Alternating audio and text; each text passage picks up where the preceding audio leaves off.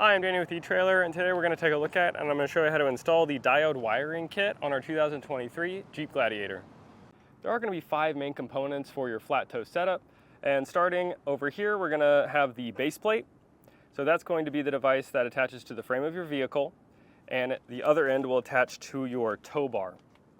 And your tow bar is going to be the in-between from your base plate to the hitch on your motorhome. And the next component here is going to be your wiring. So the wiring is going to allow you to utilize your turn signals and brake signals when you're driving down the highway in your motorhome. Now the next component is going to be your safety cables here. So this is just going to be a secondary safety measure. And then finally, you're going to have your braking system. So you're going to need some sort of braking system inside your vehicle so you can use the brakes in your motorhome and it will stop your vehicle as well.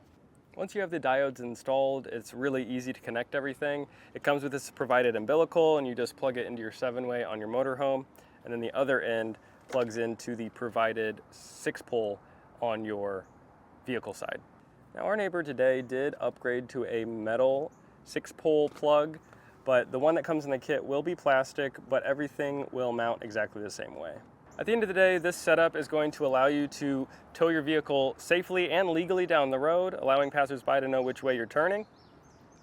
And if you have any further questions about your flat tow setup or what you're going to need for your vehicle, feel free to reach out and we'll let you know what you need. Now, getting onto the install, this is fairly simple. You're just running wires from the front to the back of your vehicle up until your taillight housing.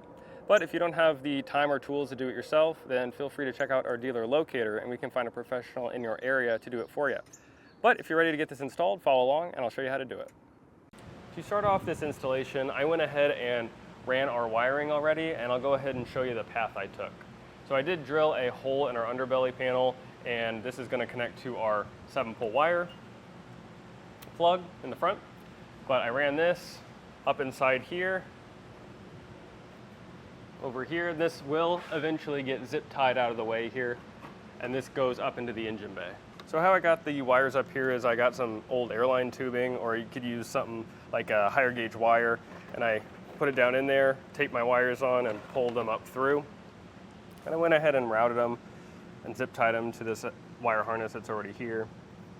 And I did leave a loop because right here is where I'm going to ground it to a factory ground post over here on the vehicle. So now I'm going to separate our white because that will be our ground. Be careful when you're doing this. It's really easy to cut your insulation away from your wires.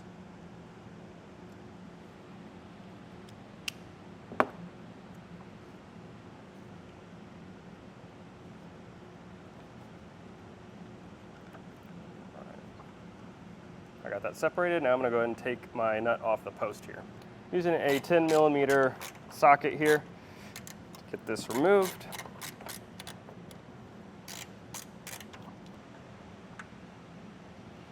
Go ahead and cut our ground wire and strip back both sides.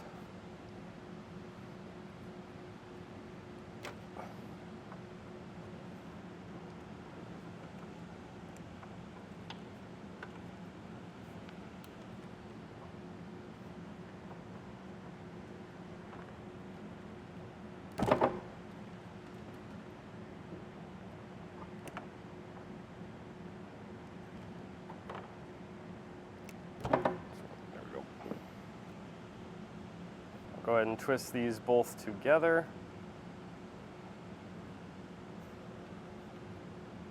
Put the eyelet on and crimp this on.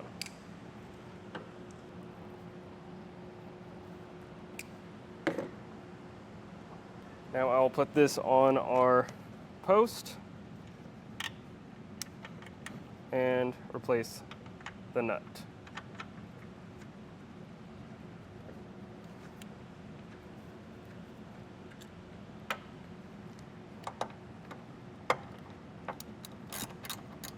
And our wire is coming down on the other side of our wheel well right here. And wherever it's touching metal, I'm going to go ahead and put loom just so it can rub the loom instead of the wire. I went ahead and ran it into the frame. It's following the frame here. And how I did that is I got a piece of airline tubing, just like I did in the engine bay, and ran it in one of these holes, taped it on, and pulled it through. So I ran it all the way down, and I ran it all the way into the frame towards the back here. Now if you can't get it in the frame up on that wheel well because there's a curve and there's a little things that are welded in the way, you can run it outside. Just make sure don't run it anything close to anything moving or hot.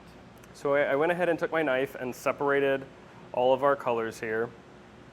I am going to take the green and completely strip it back here because I am on the driver's side. So we need the yellow wire for the left turn, and then the brown's going to be our running light, and the white is going to be our ground. So now I'll go ahead and run these three up into our left turn tail light. Next, we're going to go ahead and remove both tail lights. I'm going to take a 8mm socket and remove both of these screws here. And then you're going to want to pull straight out. There are 2 pins holding it in.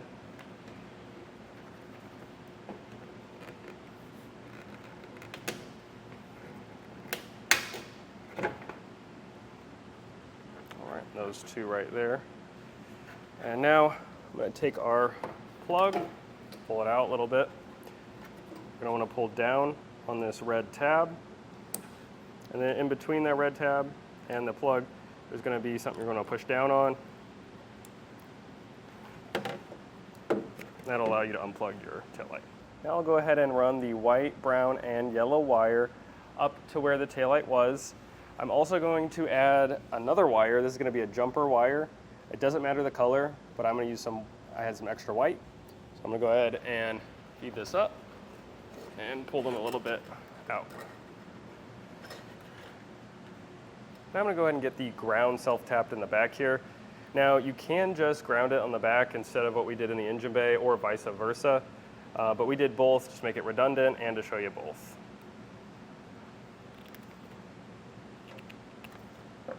Go ahead and get our eyelet on here.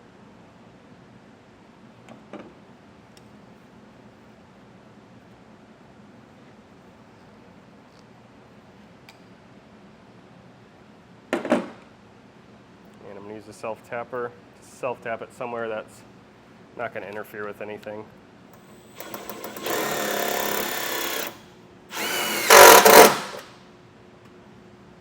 Now I'm going to take a trim panel tool and get this wire harness down so I can work on it.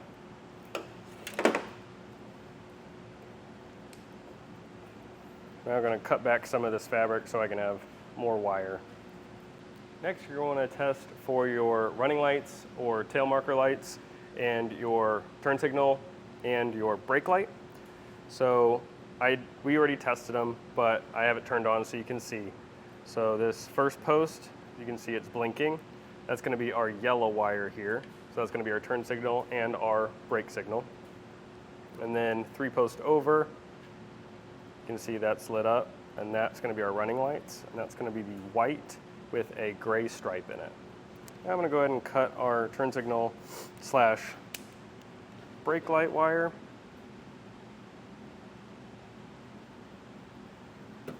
Strip both sides back.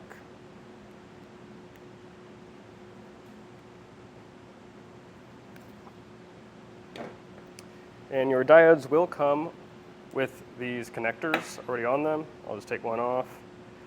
Put one on either side here.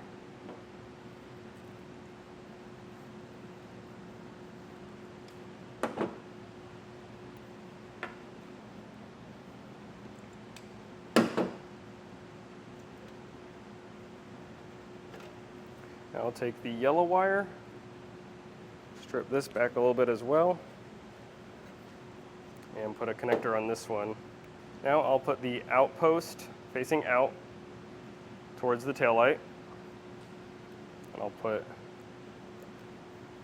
one yellow on that post and then our diode wiring yellow on the other post. Now I'm going to cut the tail marker wire or running light marker. Get these stripped back as well.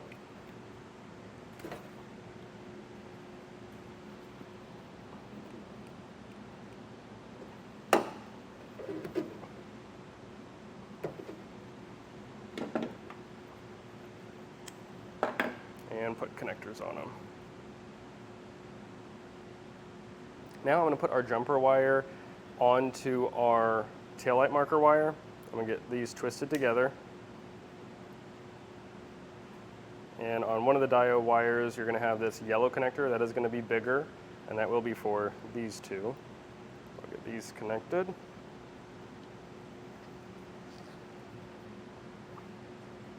And this jumper will be traveling on to our passenger side. Now I'll get a diode and just get all these connections made.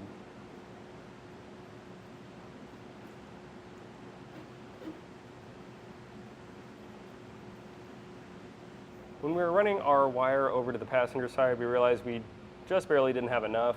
So we just connected another green wire with a heat shrink bunk connector to get us the length we needed.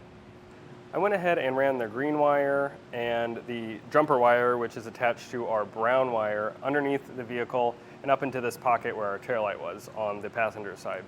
So now I'll get everything connected. I went ahead and tested these wires as well. And on the passenger side, the green wire is going to connect to your green wire. So that's going to be the turn signal and the braking signal. So I'll get this all connected up.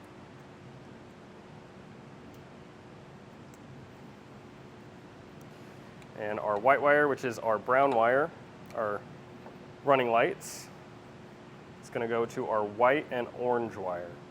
It's going to be the same orientation as the other side. So it's going to be third from the left.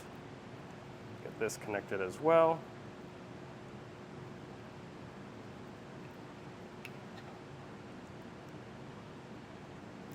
And before I put everything back together, I'm going to go ahead and do the front and test everything. And now we are ready to install our 6-pole plug up front here. This is the one that will come in the kit. It is plastic, but our neighbor today decided to upgrade to the Pollock plug instead. It is metal, but it does have that gray finish. I went ahead and loomed our wire here, and now I'm going to get these separated. So I'm going to cut these apart here. Be really careful when doing this to not cut yourself and to not cut the wire too bad. Now we can get them separated. Now we can put our plug on. Don't forget to take the rubber backing off and put that on first. Go ahead and slip that on. I did add a red wire. This will be the charge line, and will go in the center post. Now I'll take a small Phillips head and back out all these little screws. You don't want to back them out too much because you don't want to lose them. And I'll go ahead and put in my wire. If they're a little too long, like this one, I will snip a little bit just so all that metal is down in that hole there. Now the rest of these are labeled for what you're going to use them for. So we got a T for tail marker, we got a G for ground, and then a left and right turn signal. So I'll start with the right turn signal, which is green. I'll get this put in. Now with all the wires in their corresponding spots, again, put this back down. Now I'm going to go ahead and test to see if this is all working properly. I went ahead and put our umbilical onto our 7-pole. I'm going to put this into our tester box we have. If you're doing this at home, you can just put it into your trailer and test it that way. But I'll go ahead and put it on the taillights. And now I'll put it on the left turn, the right turn, and finally the brake lights. Now I'll go ahead and put silicone on all the terminals here. This is going to go ahead and harden up and protect this from the elements since it is on the front of your vehicle. Put the rubber cover back on, and then I'm actually going to squirt more silicone down here to fill it the rest of the way.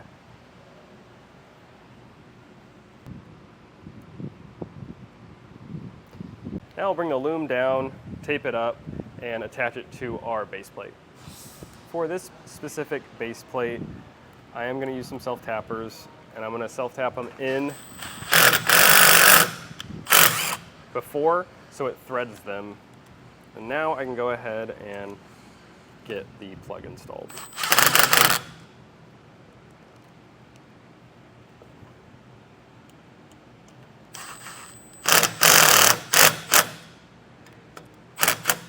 Now all that's left is to put silicone on all of our connections to make sure it won't get corroded in the future.